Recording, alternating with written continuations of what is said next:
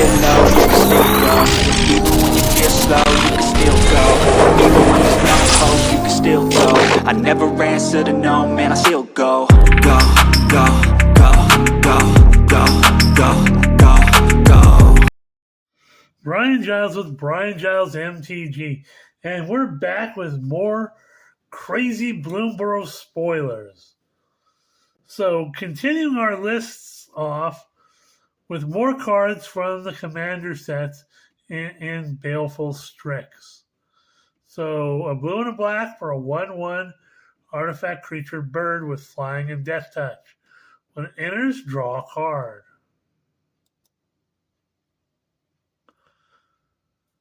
So a lot of these are going to be reprints, and they're going to be found in the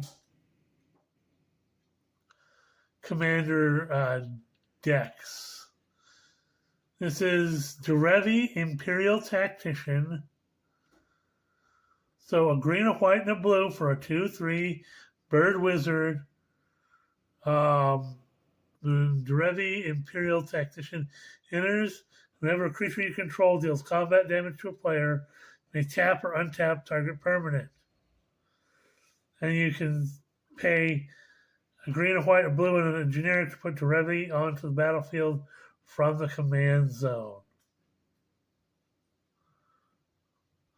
So, hoo-haw. This is probably the backup commander to the Miss Bumbleflower commander deck.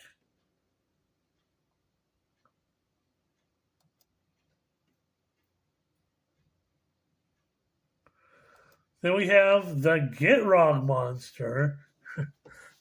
Not surprised to see that as a reprint in this particular set.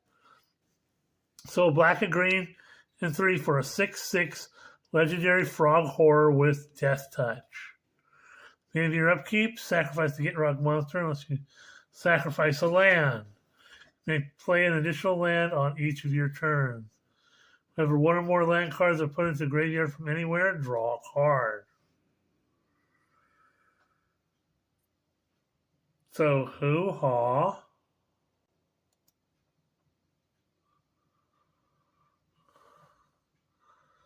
Then we have Ishai Ojutai Dragon Speaker, which is a white, a blue, and 2 for a 1/1 bird monk with flying. Legendary bird monk with flying. Whenever an opponent casts a spell, put a +1/+1 counter on Ishai Ojutai Dragon Speaker, and it has partner. So, hoo-haw.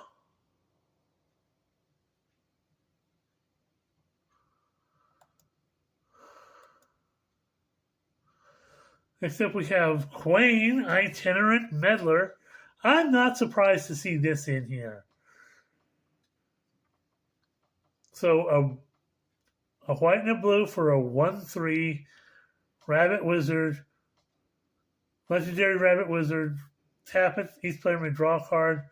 And each player who drew a card this way gains 1 life.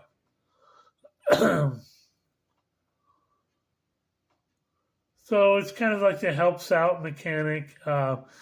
Because it's in the white and blue, it fits very well in your bird deck, which is, helping everybody out.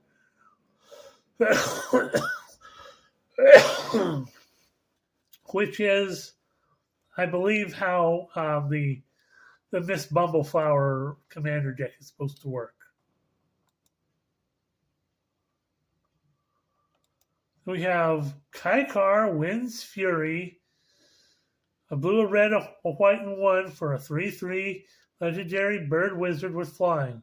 If you cast a non-creature spell, create a 1/1 white spirit creature token with flying. Sacrifice a spirit to add a red mana. So, hoo-haw.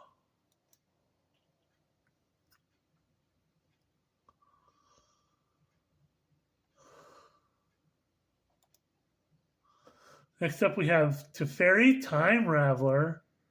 So Teferi is a bird in this particular thing, which doesn't surprise me because he takes after the bird god of Amonkhet.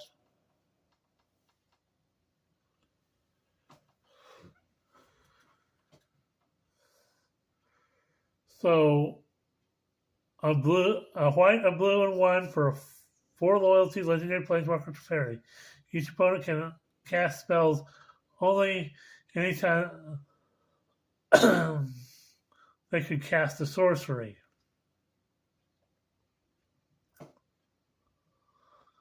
So for +1 loyalty until the next turn, you may cast sorcery spells as though they had flash.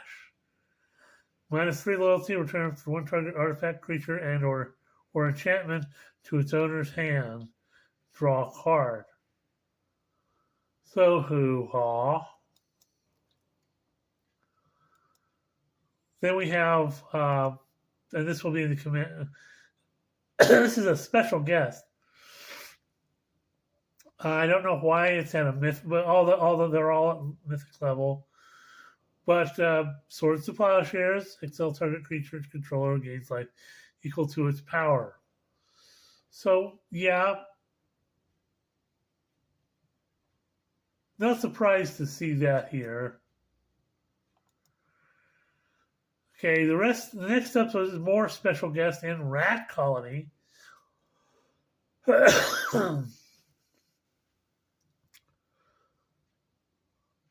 Which special guests are very hard to come by. It's a black and 1 for a 2/1 rat.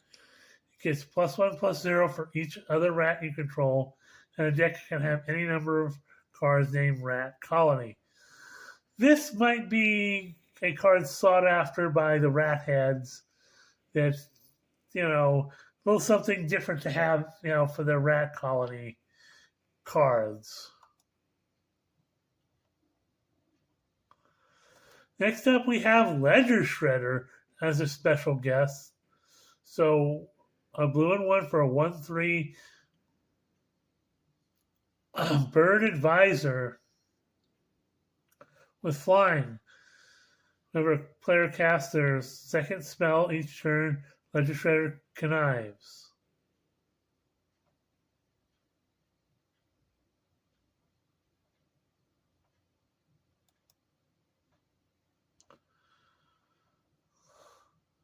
Of course, you got to have Relentless Rats as well. For 2 black and 1, you get a 2/2 rat. It gets +1/+1 for each other creature on the battlefield named Relentless Rats. And a deck can have any number of cards named Relentless Rats. So rats are a thing nowadays.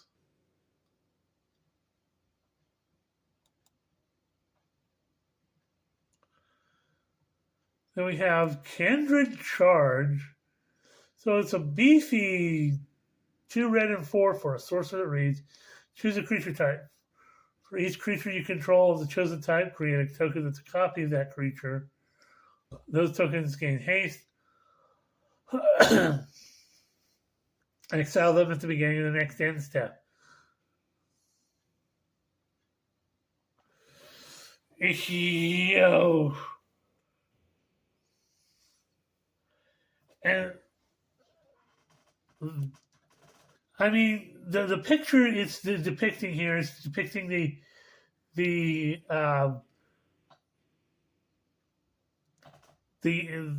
calamity beast that you can't gain life and for the rest of the game and stuff like that. The one we talked about a few videos back.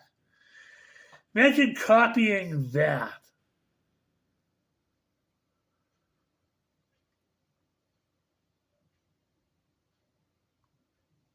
Yeah, that's gonna hurt.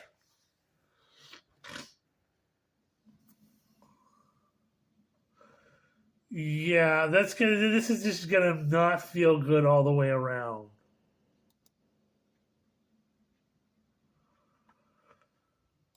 Next up, we have Sylvan Tutor as a special guest.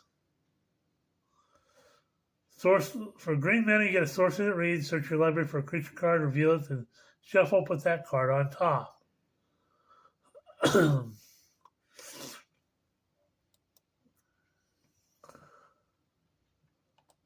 Then we have Toski, Bearer of Secrets. I was hoping, and I called it. I knew that Toski would have to appear in the set because we had Shatterfang, and I kept saying, "Where's Toski? Where's Toski?"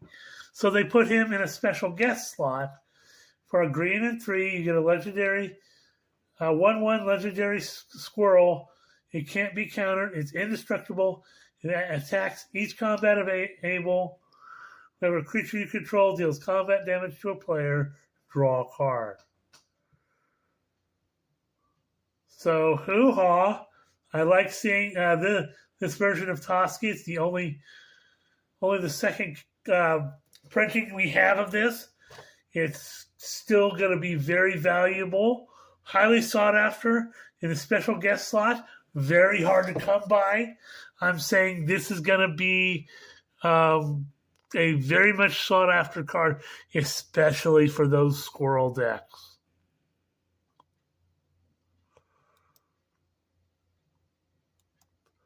Next up, we have Frogmite. 4 generic mana for a 2/2 artifact creature frog. Has an affinity for artifacts. Okay.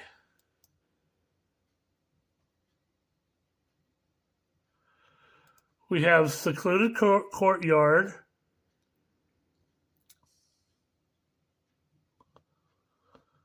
Which I'm not surprised because Secluded Courtyard enters, choose a creature type. Tap it to add a colorless, or tap it to add 1 mana of any color. Spend this mana only to cast a creature spell of the chosen type, or activate the ability of a creature source of the chosen type. So this works well, especially in a typo set like this, but also, in other sets as well.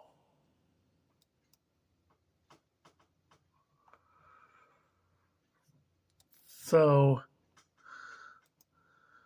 next up we have Portent of Calamity. So a blue, a blue and X for a source that reads, reveal top X cards of your library.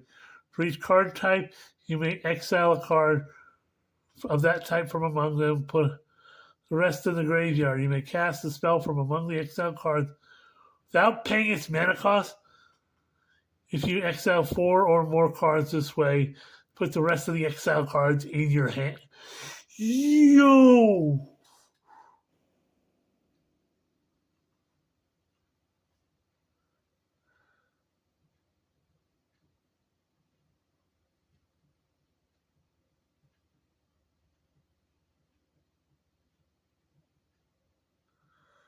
Yo!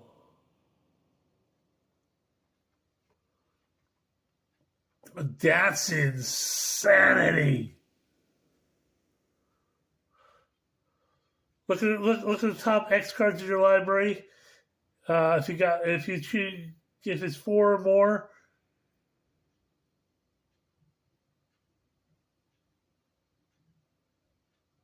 you can cast a card from among them.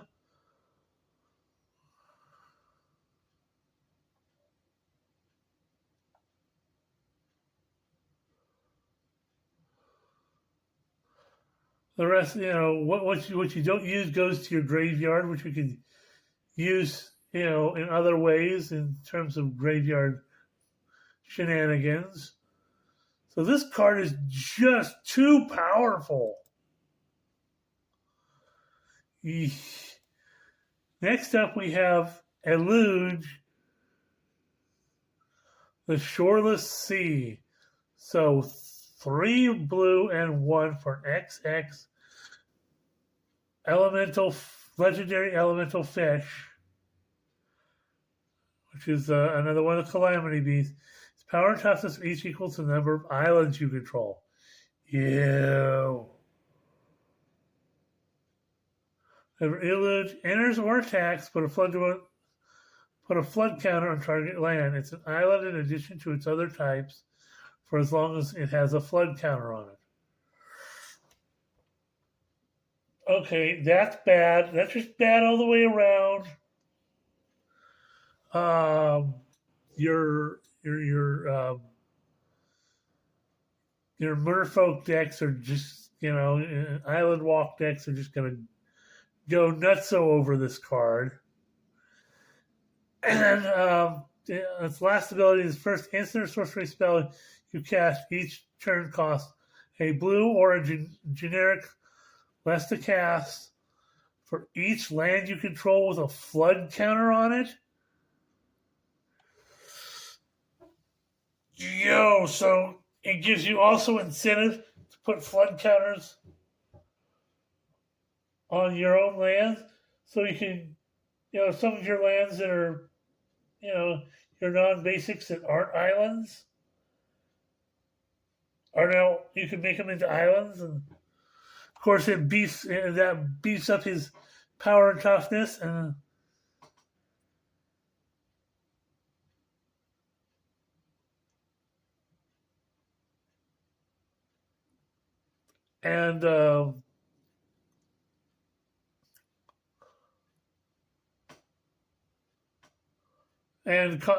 reduce the cost on your instant and sorcery spells.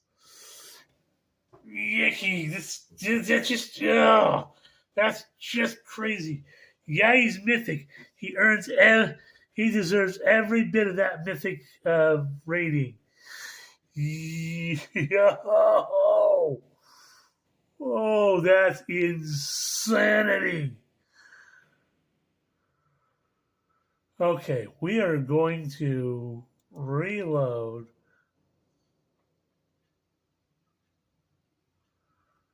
Okay, we got Blooming Burst or Blooming Blast.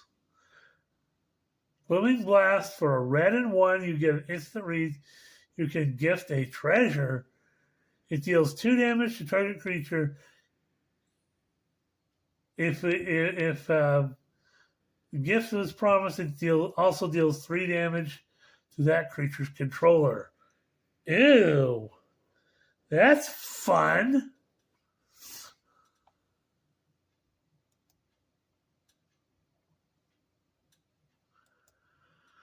Then we have Fountain Port. The land, tap it to add a colorless. Pay 2, tap it and sacrifice a token, draw a card. Pay 3, tap it, pay 1 life, create a blue 1/1 blue fish creature token. Or pay 4 to tap it to create a treasure token.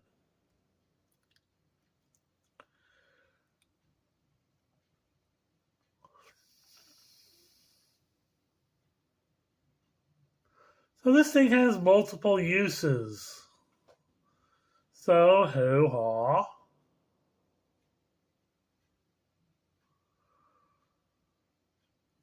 Kind of like a Staff of Domination on a land.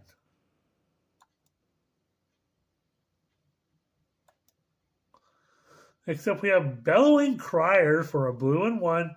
You get a 2/1 Frog Advisor. When it enters, draw a card and discard a card. Okay.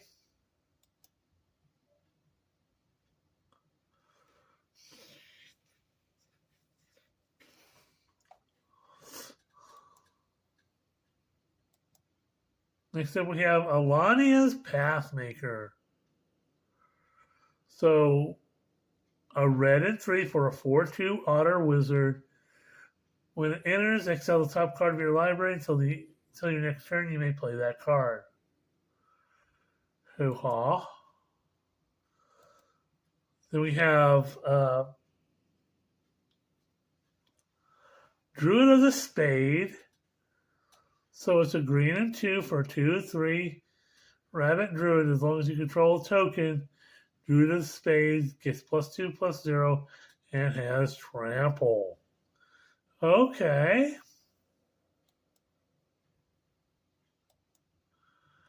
We have Tree Guard Duo. So, a green and 3 for 3/4 Frog Rabbit. When it enters until the end of turn, target creature you control gains vigilance and gets +X/+X. X is the number of creatures you control. Okay. So if you're wanting to play frogs and rabbits, this is the guy.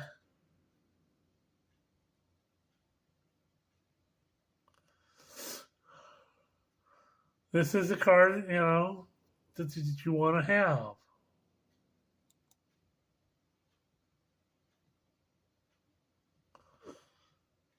So we're at 20 minutes. I'm going to make one last check. And we don't have any more spoilers. We've had some crazy things today. I'm looking forward to seeing what we got in our, in the next set of spoilers. So hoo-ha. We'll see you on the next video.